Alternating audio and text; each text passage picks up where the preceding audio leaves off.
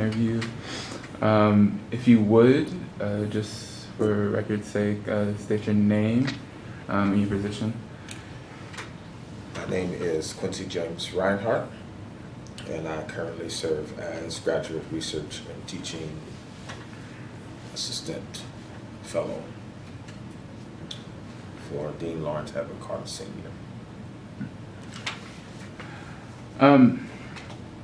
So, just to get us started, what was your relationship to Dr. Rudolph Bird?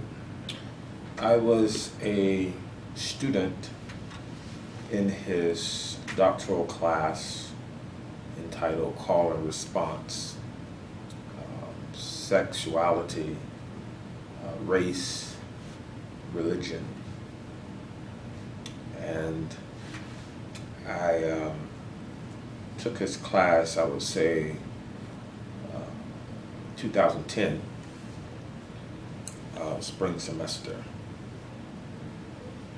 And so I was, at that time, the only master's student in this particular doctoral seminar.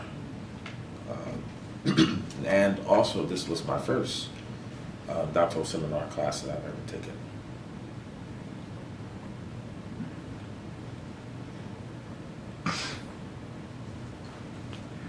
Can you talk a little bit more about the class? And so, like, what was the work of the class? What was the kind of... Yeah, so we read works by James Baldwin, Zora Neale Hurston, Eddie Glaude,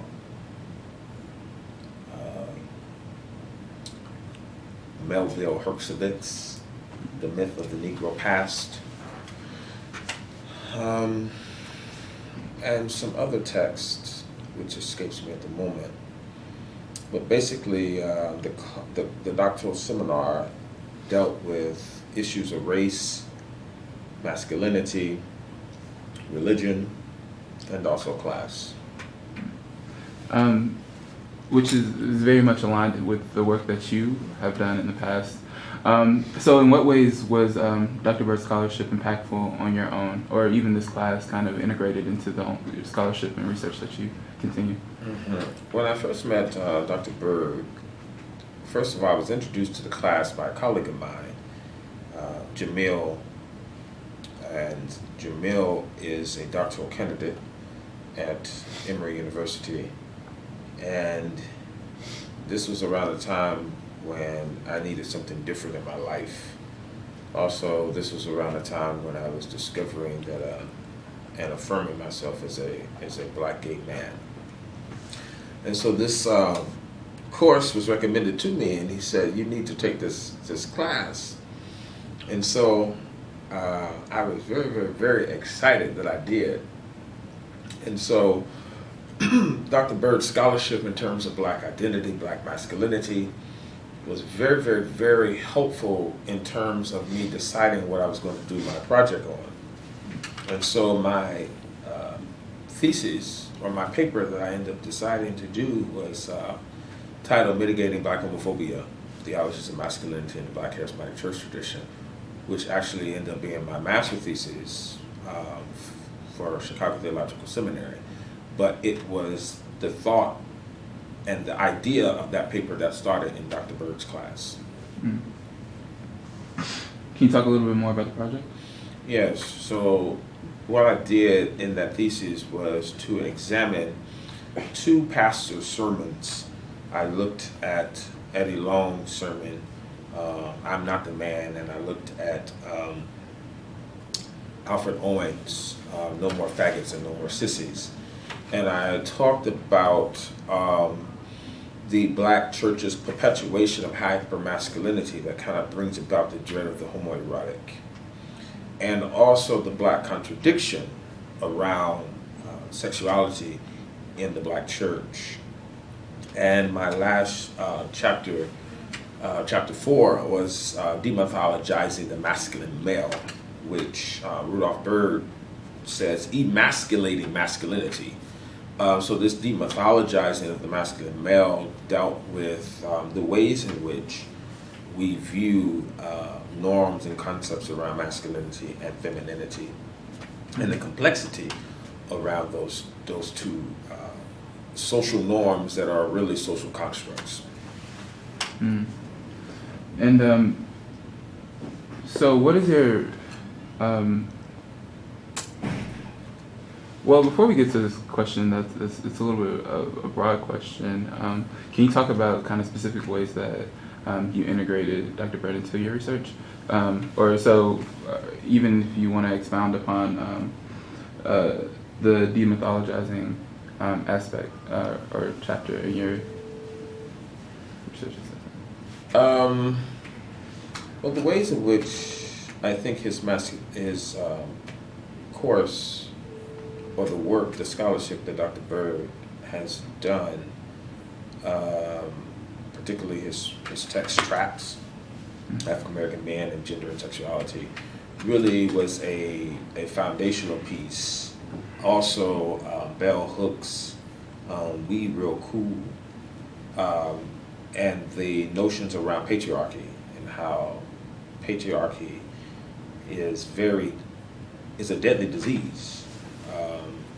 But also looking at the ways in which I have participated in the act of patriarchy. And so this idea of demythologizing that is, how do I reconstruct this man that's not patriarchal? Mm-hmm. Particularly patriarchy around same-sex loving individuals. So my next question is, what is your fondest memory of Dr. Bird, and why do you think that particular memory continues to resonate with you? It was the first day of class, and myself and another student, Alfonso Seville, were waiting outside of one of the classrooms in the graduate division of religion department, where we thought that class was supposed to be held. Well, after standing there for about 30 minutes or so, his secretary came out and said, "Are you all registered for Dr. Bird's class?" And we said, "Yes." She said, an email went out earlier this morning saying that the class is relocated to the African American Studies Department. And so we walk over to the African American Studies Department, and here Dr. Bird was seated in a periwinkle blue pinstripe suit, and he had on a pink bow tie with a white shirt, and all of his materials were very neatly lined and in order, and he had a very small glass of water, and we walked in, and we said, "We do apologize for our lateness." And he said to us, "So why are you late?" We said, "Well, we thought that the class was in a different building." And he said to us, "Well, did you not receive the email?" And we said, "Well, no, we didn't." He said, "Well, you need to check your emails a little bit more often, and please don't let this happen again." And so that was a very interesting moment for me.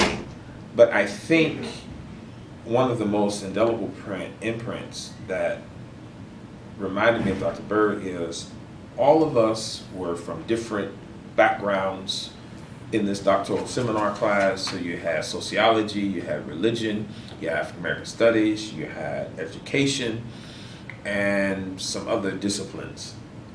And each of us were to go around the room, say who we were, why we were in this class, and what our doctoral work was geared toward, the type of research that we were going to do.